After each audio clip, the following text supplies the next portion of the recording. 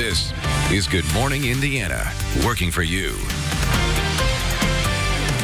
Right now at 6 on Good Morning Indiana. More new cases of the coronavirus in Indiana. This morning, how state leaders are responding. There's no fear. We need to be prepared. Plus, the cancellations the virus is causing in the classroom. More frustration for a Hendricks County school community. At the end of the day, the community's standing up and doing what's right, whether the school board likes it or not. This morning, why those wanting to have their voices heard were silenced before the meeting even got started. Hiring Hoosiers is committed to helping you overcome barriers and find a good paying job. I'm looking at how organizations are devoted to helping employers diversify their workforce. Good morning on this Wednesday, March the 11th. It's going to be a little cloudy out there today, but we decided today to wear a whole lot of yellow to encourage that sunrise. Yes? Yeah, and as you're stepping out the door, you're going to notice it's a little bit chillier, right, than what we experienced yesterday. Yeah, you might need to grab some layers, Todd, because we've got a lot going on today weather-wise. Yeah, it's a little cooler than it has been, but you have to remember it's the middle of March. So, and as far as the sunshine, we're probably not going to see much of that here throughout the day today, but our temperatures will still warm on a slow but steady basis throughout the day. Now, this morning, there's some patchy fog, there's some drizzle. Temperatures range from 39 to 44 degrees, and as you look at Storm Team 6 radar, there's not a whole lot going on. The heaviest of the shower, let me get out of the way, is here on the far eastern side of the state, getting ready to push off into Ohio here shortly. Otherwise, these clouds are in place. They stay in place throughout much of the day. If you see any sunshine later on this afternoon, and it's a possibility that I will see a few peaks, consider yourself lucky. So there's not a ton of warming that takes place between now and the noon hour. You see we only go up to right around 45 degrees, but our high temperature today, that is actually going to occur probably closer to sunset, which is right before 8 o'clock. So it's just that slow and steady climb temperature-wise, but eventually we'll get into the low to mid-50s. The time now is 6:01. Let's get another look at the roadways with Lauren. All right, Todd, thanks so much. We are keeping a close eye on traffic this morning as you're heading out the door. This is a look right now up on the north side, I-465 over the White River. You can see traffic here is picking up. It is traveling smoothly, both eastbound and westbound. No delays to slow you down. No crashes to report around the area, so let's plan out your drive. Heading southbound this morning on Interstate 65 from the Dogleg, I-865 into the downtown area at I-70 in the North Split. It's a 17-minute commute, so that is traveling up to speed. Lauren, thank you. We'll see you in a moment. The time now is 6:02. This morning, there are at least 6 confirmed cases of coronavirus in our state. On Tuesday, state health officials announcing new cases in Boone and Adams counties. Those are in addition to the cases already reported in Marion, Hendricks, and Noble counties. And new this morning, we've learned that one employee at Eli Lilly and Company, based here in Indianapolis, has tested positive for the virus. Now, it isn't clear if the Eli Lilly employee is included in that count, but we should find out later this morning. Our Kelsey Anderson is live with what Governor Eric Holcomb has to say about the virus. Kelsey.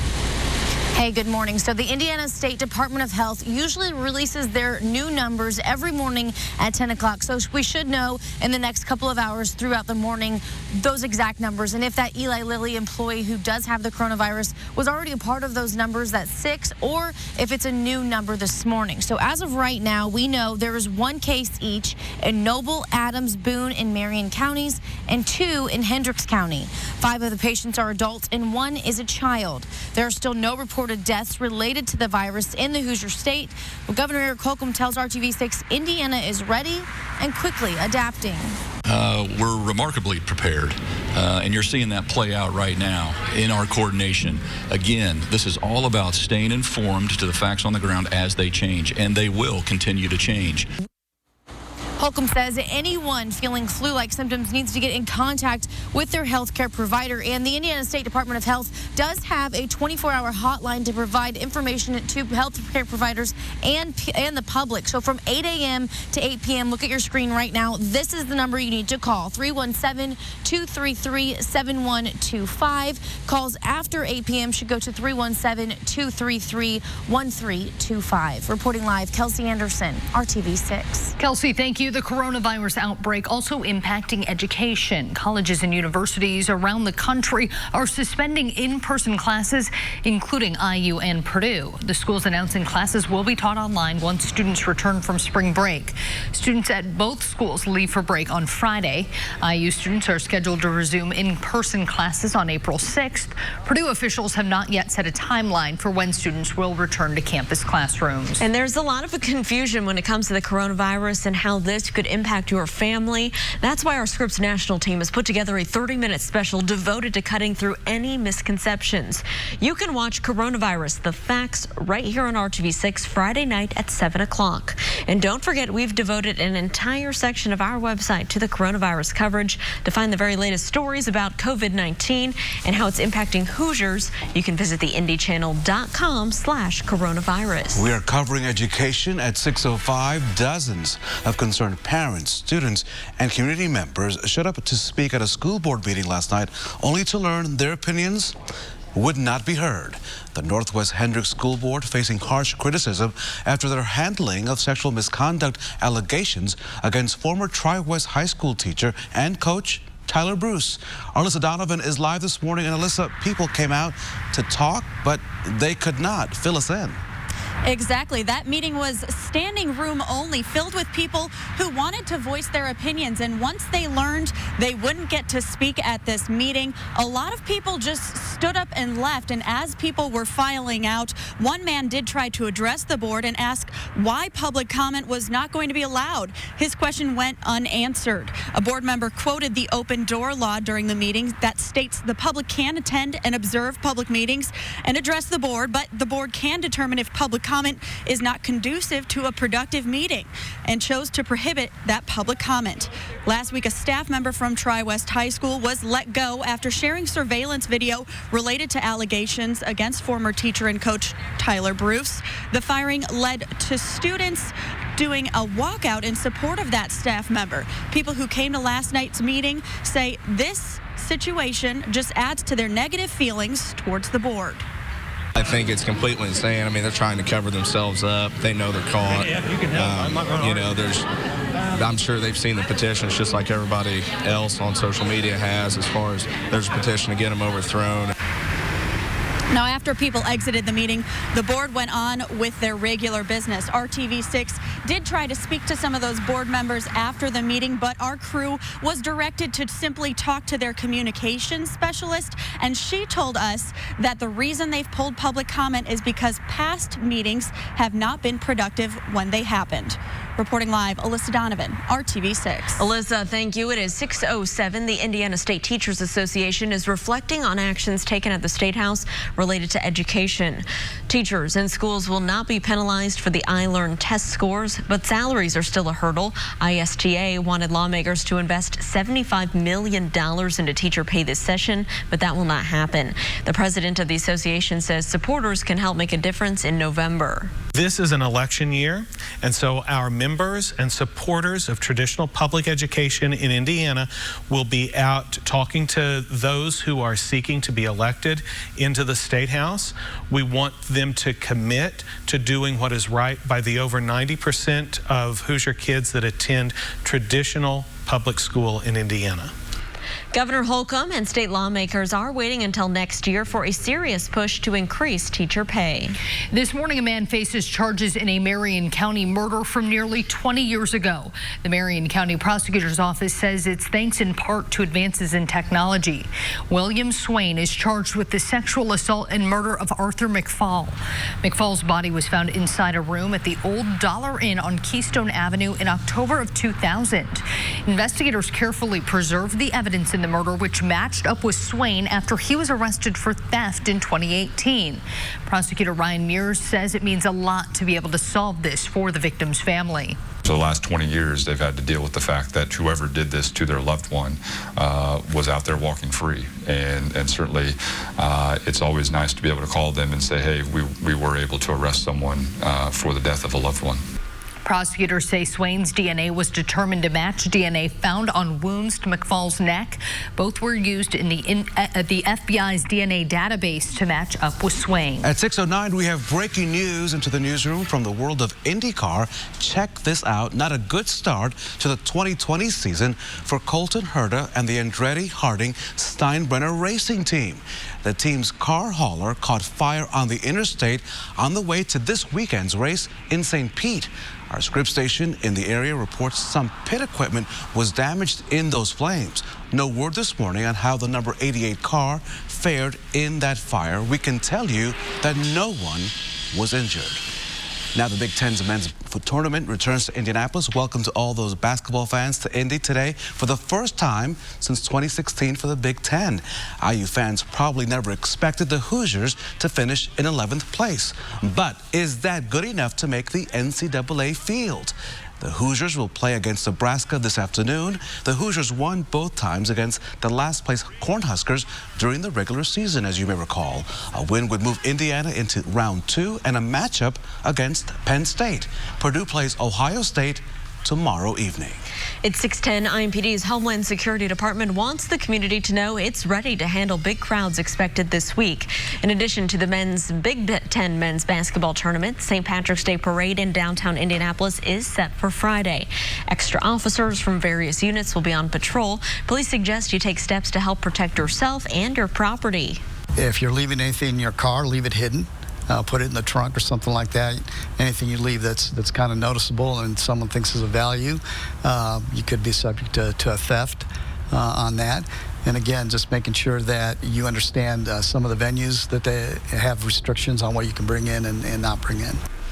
Police say there are no targeted threats against any of this week's events, but as always, if you see something, say something.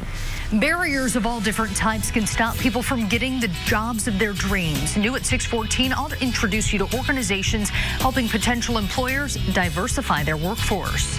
And as you walk out the door here this morning, you're walking out to a little bit of patchy drizzle, and there's a little bit of fog as well. Temperatures are currently hovering right around the 40-degree mark. While there is drizzle and fog, I don't think it's going to impact your morning commute all that much. And by this afternoon, we're above normal temperature-wise. We'll talk all about it in your Storm Team 6 forecast. The time now is 6:11. You're watching Good Morning Indiana right here on RTV6.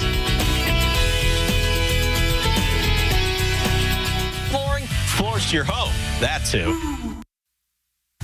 It's time for Hiring Hoosiers, RTV6's commitment to highlighting jobs and career resources and exposing the barriers that you may face while searching for success. Yeah, so that includes people with language barriers, also disabilities.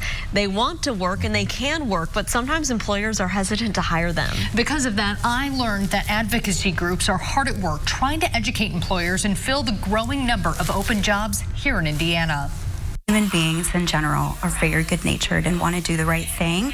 Most people that I talk to about diversity and inclusion work typically don't know any differently until a complaint comes in or until someone tells them about it. And oftentimes, applicants aren't sure how to speak up for themselves, whether it's about a disability accommodation or a language barrier. Employers can understand that the talent is there. It's a very resilient population. And if they can harness that and just give them the tools to be able to overcome that language barrier, they can also use the perspectives of these folks from different backgrounds who do things differently to be able to become more innovative in their workplaces and to even be able to further the work that they're doing. That was just one topic covered during a recent event bringing together the Equal Employment Opportunity Commission, advocacy groups, and professionals. Companies get into habits and they recruit from only one spot, or they do this is the way we've always done it and this is the way we're going to do it.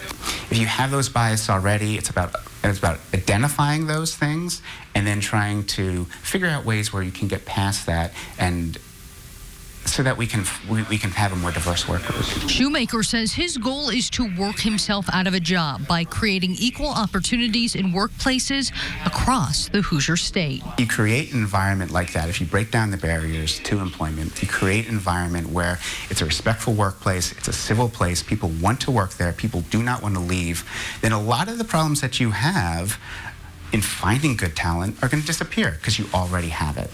So if you're an employer and you think you could do a better job when it comes to diversifying your workforce, Shoemaker suggests you reach out to the EEOC and other advocacy groups in the community that will be more than happy to provide education. And if you're a job seeker, organizations like Luna Language Services, Morales Group Staffing, and Tangram were all created to help remove barriers, and they can help you during your job search process. We have all of that information right now on HiringHoosiers.com. All right, we got to get a check of our forecast today. We're halfway through the work week, Todd. We really can't complain too much because for March, our temperatures have been pretty good. Yeah, you know, we started the week off on Sunday and Monday with temperatures in the 60s. Yesterday, we were in the 50s at least to start, and then we cooled off. Well, today we'll slowly start to climb back up into the 50s later on this afternoon. Now, it's a little cooler this morning as you walk out the door, and you're walking out to kind of a damp feel. We have a little bit of patchy fog. We have a little bit of drizzle out there as well, and you can see on Storm Team 6 radar when we zoom in here, a few radar returns coming back in Shelbyville up towards Greenfield, and that's really just about it as far as the rain goes. But the clouds, these are going to hold pretty firm across the area. They are not going to budge at all as we work our way throughout the course of the day today. For the most part, I can't rule out maybe a few peaks of sunshine here and there across the area, but if you see it, enjoy it because it is not going to last very long. And then as we continue into the afternoon and evening hours, what you don't have to worry about is any precipitation, which will definitely be good news. Here's the view, or lack thereof for that matter, as you look off to the west from the camera on top of the Salesforce Tower. Of course, this is 700-800 feet above the ground, so it's in the clouds. The visibility not as bad at the surface, so that's the good news. 39 degrees, that's the current temperature, but the humidity is 100%. The air is completely saturated. That's why we're dealing with those damp conditions, and the winds are light here this morning. Temperatures range from 37 to the north, 43 down in the Bedford area, and these temperatures are just slowly going to climb throughout the day today. There's not going to be a big warm-up as we go, say, over the course of the morning hours as soon as the sun comes up. We won't see that big jump like we normally would with clear skies, but instead it's just a slow climb, 52 degrees by the time we get to 6 p.m. I think our high today is probably 54 degrees, and that's going to occur right around 7, 8 o'clock this evening. If you are heading downtown, as IU is in action this evening against Nebraska in the Big Ten tournament, Purdue, they do not play until tomorrow against Ohio State, but tonight's forecast, 52 degrees at 6 p.m., 40s as you leave Bankers Life Fieldhouse with mostly cloudy skies, but shouldn't have to worry about any rainfall this evening if you are heading to those festivities in the game. Tomorrow we start off dry, and it's a warmer day. We're back up into the 60s, but we'll watch for rain to develop throughout the afternoon and evening hours tomorrow. So tomorrow is not a washout. There's a lot of dry hours mixed in, even some sunshine to start the day. So Thursday is not a bad day. You just have to be prepared during the evening hours for some rain to come in, and some of those showers will linger into Friday morning, but it's a quick moving system. It's out of here by the time we get to Friday morning, and then as we get into the weekend, Friday 50 degrees, plenty of sunshine. Some showers do return on Saturday. It's a little bit cooler, and then Sunday we're back up to 48 degrees. Overall, this is a very active weather pattern. We'll have the chance of precipitation every other day in this forecast, but with the exception, Lauren, of Saturday and Sunday, temperatures will be running above normal. All right, Todd, thanks so much. We are keeping a close eye on traffic as you're heading out the door this Wednesday morning. Here's a live look over on the southwest side. This is I-465 near Man Road. Traffic moving along both eastbound and westbound, traveling up to speed in that direction. So let's head out to our live drive vehicle. We do have our photographer Shay Goodpaster in the driver's seat. This is a look at I-65 northbound near I-465 on the northwest side where everything is smooth sailing. We're going to have Shay go check out a situation we're monitoring on the northeast side of town near the State Fairgrounds along 38th Street. Some reports of traffic lights out in that area. That could change up your commute as it's a busy spot for drivers heading in and out of downtown Indianapolis. So we'll keep you updated as we learn more about that. But if you've come to a spot where there is traffic lights out, treat that as a four-way stop. Lauren, thank you so much. Time now is 6:21. Indiana State University in Terre Haute is hoping that Sycamore alums across the world remember their alma mater today. This is the university's Give to Blue Day. The event started at midnight and encourages alumni and friends of the university to give back to Indiana State. To find out how to donate, visit the university's website. At the White House today, President Trump will meet with top Wall Street executives amid economic concerns surrounding the coronavirus.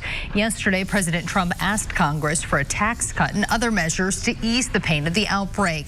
That news helped stocks recoup most of their historic losses from Monday. And committees in both the House and Senate will have hearings today on preparedness and response to the coronavirus. CDC Director Robert Redfield and Dr. Anthony Fauci of the National Institutes of Health will appear before the House Oversight Committee. Yesterday, Fauci warned cases will continue to increase, but says the risk to the nation is relatively low. Well, does the coronavirus still have you figuring out your travel plans? New at 627, we're looking at some good news and some bad news if you're thinking about switching up your itinerary. From before they're born until they enter the classroom, children in our state are fighting against the odds. Our state ranks near the bottom in key factors like infant mortality and child abuse. Tonight at 7, Call 6 Investigates shares with you the stories behind all of the troubling data in a special report, Protecting Hoosier Kids, only on RTV6 tonight at 7. 2 days only at Ashley HOMESTORE. This is home. The time now is 6:25, so what's trending at 6? Are you guys hungry? Mm-hmm. Little We're breakfast? always hungry. Not for this. No? Not gonna lie. Come on. Yeah. Well, if I'm paying for it, you'll eat it. Here we go. So Taco Bell is updating its menu with a reimagination of a crowd favorite, Meredith. The fast food chain calls this new addition the Triple Lupa. It's a play on the Taco Bell's current chalupa. Actually, it's 3 mini chalupas combined into one nice itty-bitty product. Each section has a different flavor. The Triple Lupa will cost around $3.50 plus tax. I'm all in. Ladies, lunch on me. You can split that between you, Lauren, and Todd. Look, I've only had Taco Bell once in my life. I'm going to throw in a so carne not a big asada fan. steak. Look at that. There you go. Wow. Don't All overdo right. it, Roth. Viewers with a fear of heights may want to look away from this. This is the highest outdoor observation deck in the Western Hemisphere, and now it's open for business in the Big Apple. Okay. At 100 floors up, Edge at Hudson Yards offers panoramic views of Manhattan's skyline, as well as, brace yourself, crystal clear views straight down through the glass bottom floor. Yikes, there it is. I would do it. I do that. Yeah. That's pretty cool. I do that. All right, people in Spain spotted this creature roaming throughout a neighborhood. At first glance, they thought it was a lion on the prowl, but after authorities tracked down the animal, it just turned out to be a rather large dog. No way. The pooch had been groomed to look like a fierce feline, complete with a mane and a bushy tail. In the end, the dog's owner was found and it was returned. No word on how it broke free from its natural habitat. You just had a moment of pause there because your daughter is studying abroad in Spain, and you thought, oh no, is she at risk? Is there a lion on the loose? Wow. Nope. Watch out. Thankfully, just a big dog. That's so funny. All right, Todd, if folks are taking their their lion-like dogs out for a walk today, what can they expect? You know, it's a little damp here this morning, but no substantial rainfall. So you can, by all means, get out there and walk your favorite four-legged friend really throughout the entire day. We just have lots of clouds throughout the morning hours. And you notice temperatures are not really going to move much this morning. But then throughout the day, they'll slowly start to climb with mostly cloudy skies up into the 40s and 50s. In fact, we could get close to 60 degrees in some southern locations. Just keep in mind that these high temperatures that you see here are going to occur pretty late in the day, probably not until 7, 8 o'clock. So, but even once we get to mid-afternoon, it's still in the mid-40s. So you have to be patient, but the warmth eventually gets in here. 50s today, 60s tomorrow. More on that coming up in Maine weather in just a few minutes. Todd, thank you so much. Good news and bad news if you want to cancel that upcoming flight. The good, airlines are waiving many of their change fees. Well, working for you, our John Matarese tells us the bad news if you're hoping for a refund so you don't waste your money. Do you or does anyone in your family have a flight planned in the upcoming weeks? Many nervous travelers are now thinking of canceling or postponing. Unfortunately, the airlines all have different policies when it comes to changing your flight. As travelers bail on their springtime trips, airlines are doing their best to accommodate them. But as Amanda Stewart learned, canceling a flight does not necessarily mean your money back. They said since we had a discounted tickets, we couldn't get a refund. No major airline was offering unconditional refunds as of March 5th, unless you purchased an expensive full-fare refundable ticket. Instead, many airlines are now waiving their change fees, which are normally $200 a ticket, and letting you rebook later in the year. If you get that offer, take it. If you don't, try again in a few days. Things may change. But from the Doesn't That Stink file, what could happen if you're still not comfortable flying later this year? You may be required to rebook that canceled flight by the end of this year, or you'll lose your money. You might say, doesn't that stink? But think of the millions your airline is losing right now with waves of cancellations. If they refunded everyone's money, they could all go under and not be there once the crisis subsides. If your airline says no changes or no refunds, you may just want to wait a week and try again. Rules are constantly changing right now, so don't waste your money. Working for you, I'm John Matteries. Good morning, Indiana. This is Good Morning Indiana, working for you. Now on Good Morning Indiana on this Wednesday morning, here's a look at your 6:30 news feed. No one was injured after a vacant two-story building on the north side collapsed as firefighters battled a fire there. It all started around 1 this morning on Fairfield Avenue, just east of College. Investigators say they believe the building had been vacant for quite some time, but they don't know how the fire started. Federal investigators will meet next month to review the 2018 crash that left 3 children dead up in Fulton County.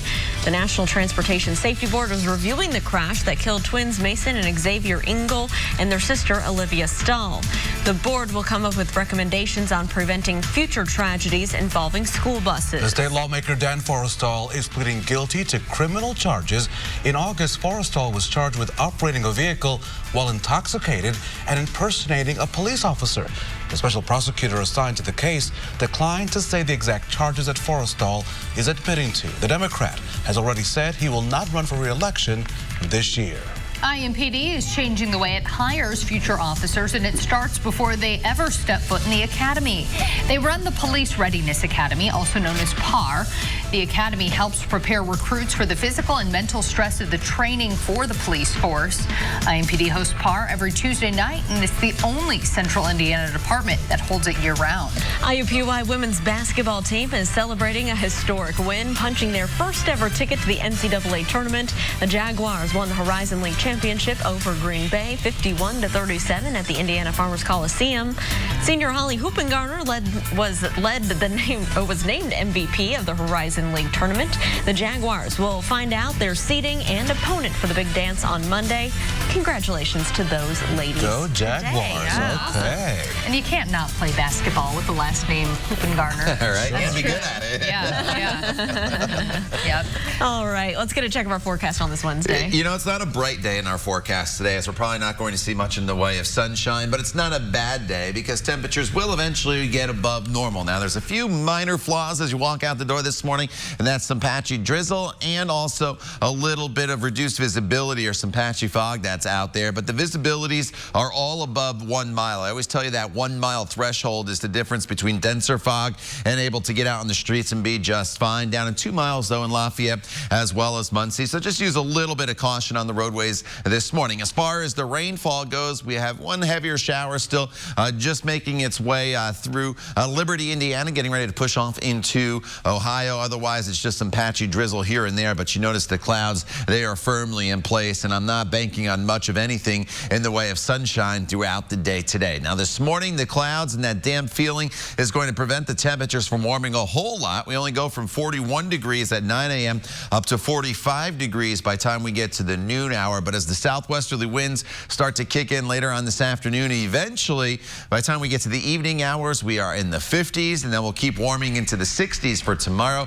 We'll talk more about that coming up in just a few minutes. Lauren. All right, Todd, thanks so much. Let's get a live look right now at traffic from our live drive vehicle heading southbound on Interstate 65 this morning, heading into the downtown area. You can see here everything is traveling smoothly. A heads up, though, if you're traveling north of downtown, we do have reports of traffic lights not working, especially along 38th Street on the north northeast side.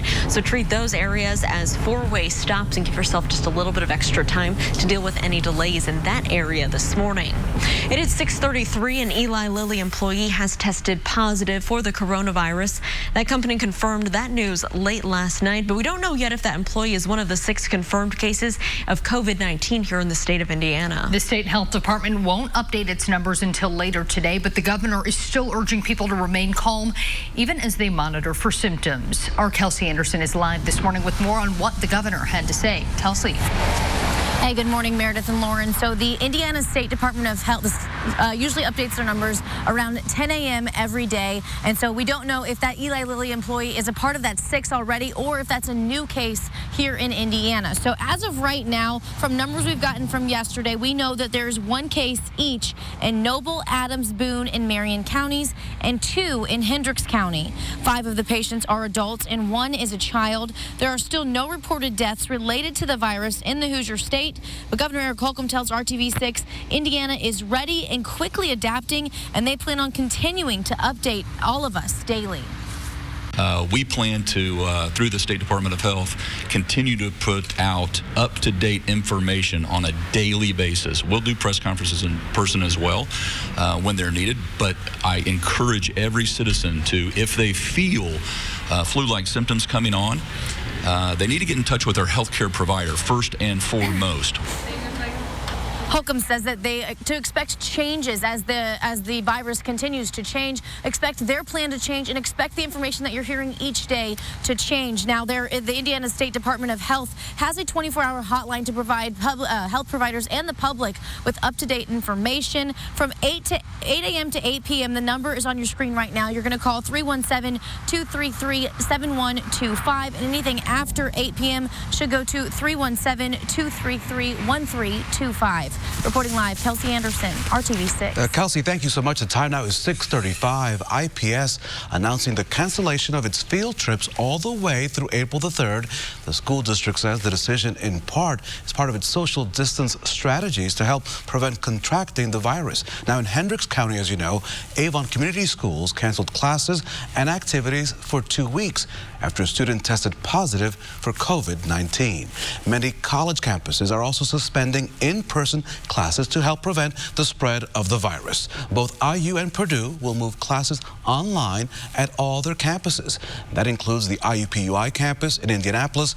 IU students are scheduled to resume in-person classes on April the 6th. Purdue has not set a timeline for when students will return to classrooms. Purdue's president, Mitch Daniels, saying this could last potentially through the end of the spring semester. And for now, fans of Ball State will not be able to watch the Cardinals in person at the Mid-American Conference's men's and women's basketball tournaments in Cleveland. The conference says the rest of the tournament will be played without fans to help prevent the spread of coronavirus. The decision was made after the governor of Ohio recommended that all indoor sports events in the state restrict fans from attending for the time being. And for now, fans will be allowed at Bankers Life Fieldhouse for the Big Ten men's tournament. That competition gets underway later today. IU will play against Nebraska tonight, Purdue versus Ohio State tomorrow night. It is 6:36. Police in riot gear clashing with hundreds of students at the University of Dayton in Ohio. It came after school officials ordered students to leave campus over fears of the coronavirus. Students were given 24 hours to vacate university housing. Dayton is one of a small number of colleges that ordered students to return home for several weeks. The video from the university's student newspaper shows police launching pepper balls at a large group of students that had gathered near the student housing last night. It is unclear what prompted this scuffle. And as the number of coronavirus cases topped 1,000 in the U.S., efforts to contain the virus are mounting. In Seattle, gatherings of more than 250 people are banned, and there's a total lockdown of a densely populated New York City suburb. ABC's Andrew Dimbert is in Washington with more.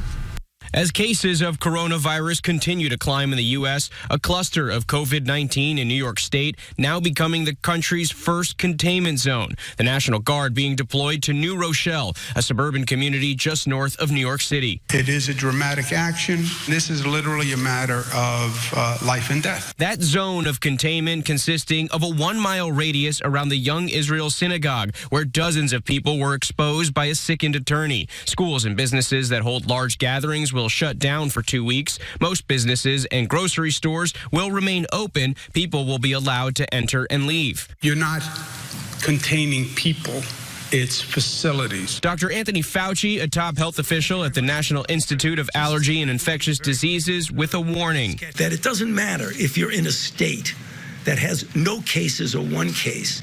You have to start taking seriously what you can do now. And in an effort to ease economic fears over the coronavirus, the president urging Americans to stay calm. This was unexpected. It will go away. Trump is proposing a possible payroll tax cut to stimulate the economy. Larry Kudlow, a top advisor, says the cut could last through the end of the year. The payroll tax holiday is a bold move. It's a very bold move. But Democrats and even some Republicans sharp in their criticism of the president's plan. The administration seems to believe that the answer to any problem is another tax cut.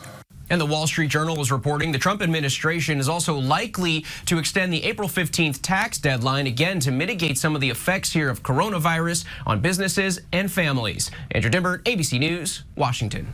Well, you can find the latest developments on the coronavirus outbreak in Indiana, the U.S., and around the world. Just go to our website, theindychannel.com/coronavirus. And watch a special report from our Scripps national team. Coronavirus, the facts, that's at 7 o'clock Friday evening, only here on RTV6.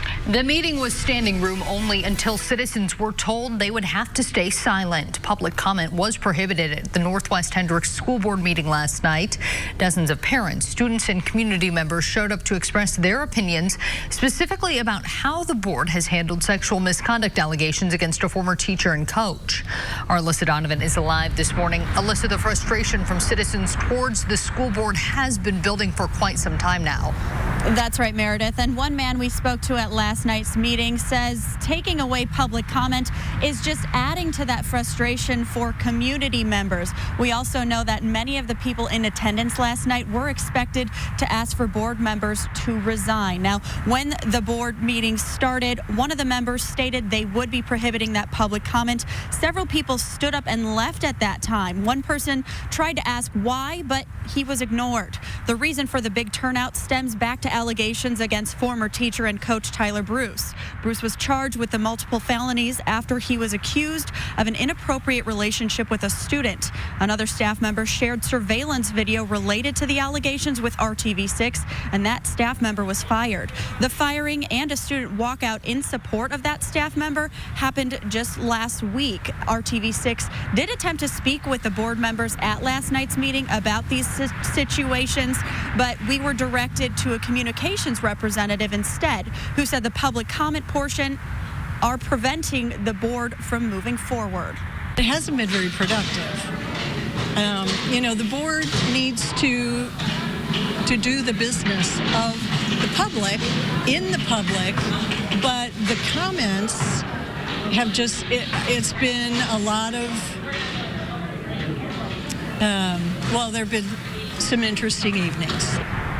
She also noted that people can get messages to the board in other ways, and they wanted to concentrate on business last night that needed to be taken care of. And that communications representative also noted to our RTV6 crew that one of the reasons that they were eliminating public comment also has to do with the COVID-19 case in Avon. They didn't want to keep people in close quarters for longer than necessary. Reporting live, Alyssa Donovan, RTV6. The controversy continues in that school district. Alyssa, thank you so much. Time now 6:41. He seems to be taking control of his party's race for the White House. Next, another big night of primary wins for the former vice president. Details next, right here on Good Morning Indiana. Keller and Keller. Welcome back to Good Morning Indiana. In our coverage of Democracy 2020, the results are still coming in, but it appears that Joe Biden is taking control of the race for the White House on the Democratic side. Biden picked up big wins in several primaries on Tuesday, including a state that handed his rival Bernie Sanders a major victory just 4 years ago. ABC's Kenneth Moten has more. Overnight, Joe Biden cementing himself as the frontrunner in the Democratic presidential race. It looks like we're going to have another good night. The former vice president surging ahead in the delegate count after voters in 6 states went to the polls on mini Super Tuesday, including Idaho, Mississippi, Missouri, and the big prize, Michigan. With a majority of the votes counted overnight, Biden easily winning the state, a crushing blow to Senator Bernie Sanders, who won Michigan in 2016. This campaign is taking off, and I believe we're going to do well from this point on. Winning in Mississippi, winning in Missouri, and particularly a victory in Michigan cuts to the heart of Bernie Sanders' campaign. That is a devastating blow to Sanders, but clearly Joe Biden is right now the frontrunner, the prohibitive favorite for the nomination. The coronavirus outbreak now forcing changes on the campaign trail. There will be no audience at Sunday's debate in Arizona. Both candidates have canceled events in Ohio tonight. Biden has also called off an event tomorrow in Florida. Instead, he'll give a speech on the virus. He celebrated his big wins last night in front of campaign staff only. No crowd. In the meantime, Biden's confrontation with the auto worker in Detroit picking up millions of views online. The testy exchange started when the worker claimed Biden would try to confiscate guns. You are actively trying to manage your Second Amendment right and take away the gun. Now, shush. I support the Second Amendment. Kenneth Moten, ABC News, New York. It's almost time for you to put the phone down if you're behind the wheel. Next, we'll tell you exactly when you'll no longer be able to legally hold your phone while you're driving your car. Todd, what's the travel forecast look like? Speaking of getting behind the wheel, as you walk out the door this morning, you're walking out to a little fog, a little drizzle, but no major issues on the roadways. A temperature of 39 degrees. Coming home above normal. We're back up into the 50s with mostly cloudy skies, and we'll keep warming into your Thursday. More on that forecast as well coming up when Good Morning Indiana continues. The time now is 6:47. Or visit bathfitter.com. Today is scheduled to be the last day of work for our state lawmakers. Tuesday, they took action that some critics say was a bailout for an industry that's helping to cause climate change. Well, lawmakers, they passed a bill that would make it more difficult for state regulators to retire power plants fueled by coal. Supporters say the bill is aimed at saving those jobs. Critics say most utilities are moving forward with generating energy using cleaner sources like wind, solar, and natural gas. Governor Holcomb has not said whether he will sign that bill. Also from the State House, it appears a proposal to ban you from holding and using your cell phone while driving will become law in our state. Both the House and Senate voted overwhelmingly in favor of that bill. It allows cell phone use only with hands-free or voice-operated technology. Now it just needs Governor Eric Holcomb's signature, and passing this legislation was part of his agenda, as you may recall. The new law is scheduled to take effect on July the 1st. All right, here at 10 till 7, meteorologist Todd Clausen joining us. Todd, a little chilly morning out there, but things are going to warm up here. It's going to take a while, though. Yeah, you know, it's just a slow process, slow and steady here throughout the day as far as the temperatures go. And eventually, by this evening, yes, you heard that right, this evening, that's when our temperatures will top off, probably right around 54 degrees. So we have to wait probably until about 6, 7, 8 o'clock for that to happen. But eventually, we will get there. It's a mainly dry day today, but not very bright. But rain is set to return to the forecast tomorrow. So we're dealing with some reduced visibility in spots. It's really not terrible, though, until you get into northeast Indiana. Fort Wayne down a quarter-mile visibility. So if your travels take you up Interstate 69, say from Muncie through the Gas City area towards Fort Wayne, just be aware of those issues with the visibility. The rest of central Indiana not going to have any problems as far as getting on the roadways here this morning. There's a little bit of precipitation out there, some rain and snow showers to the north. We've had a little drizzle in and around central Indiana this morning, but it's all obviously very, very light. You may have to throw your windshield wipers on briefly here and there as you cross the miles off for your morning commute, but nothing substantial, nothing that's really going to hamper your morning drive. Otherwise, we're just locked in with the clouds. No sunshine this morning. Hopeful for a little bit of sunshine later on this afternoon, but definitely not a guarantee as the air is just completely saturated right now. 37 in Peru as well as Tipton right now. 43 from Bloomington Bloomington down into the Bedford area, sitting at 39 officially at the airport here in Indianapolis. So your dog walking forecast, it's not a bad one today. You can definitely get out and walk the dog. And here we have Finley, and then you have to look really, really close. Right next to Finley there is Coda. Thanks to Suzanne for sending Finley and Coda in. And of course, you can send your pictures into my Facebook page, Todd Clausen at RTV6. We'll give you the green pause throughout the day today, as we'll just be dealing with the clouds after a little bit of drizzle. But you notice the temperature trend. 50 degrees by the time we get to 4 o'clock. That's not our high. On a typical day, it would. We'll continue to see those temperatures warm into the low to mid 50s once we get closer to sunset. Tomorrow, we're up to 60 degrees. The first half of the day is dry, and it's definitely not a washout tomorrow. There'll be a lot of opportunity to get out and enjoy the 60-degree weather. But once we get to the evening hours, that's when we'll start to bring some rain chances back into the forecast. Friday's dry. Saturday, some showers, 43, so it's cooler, dry on Sunday.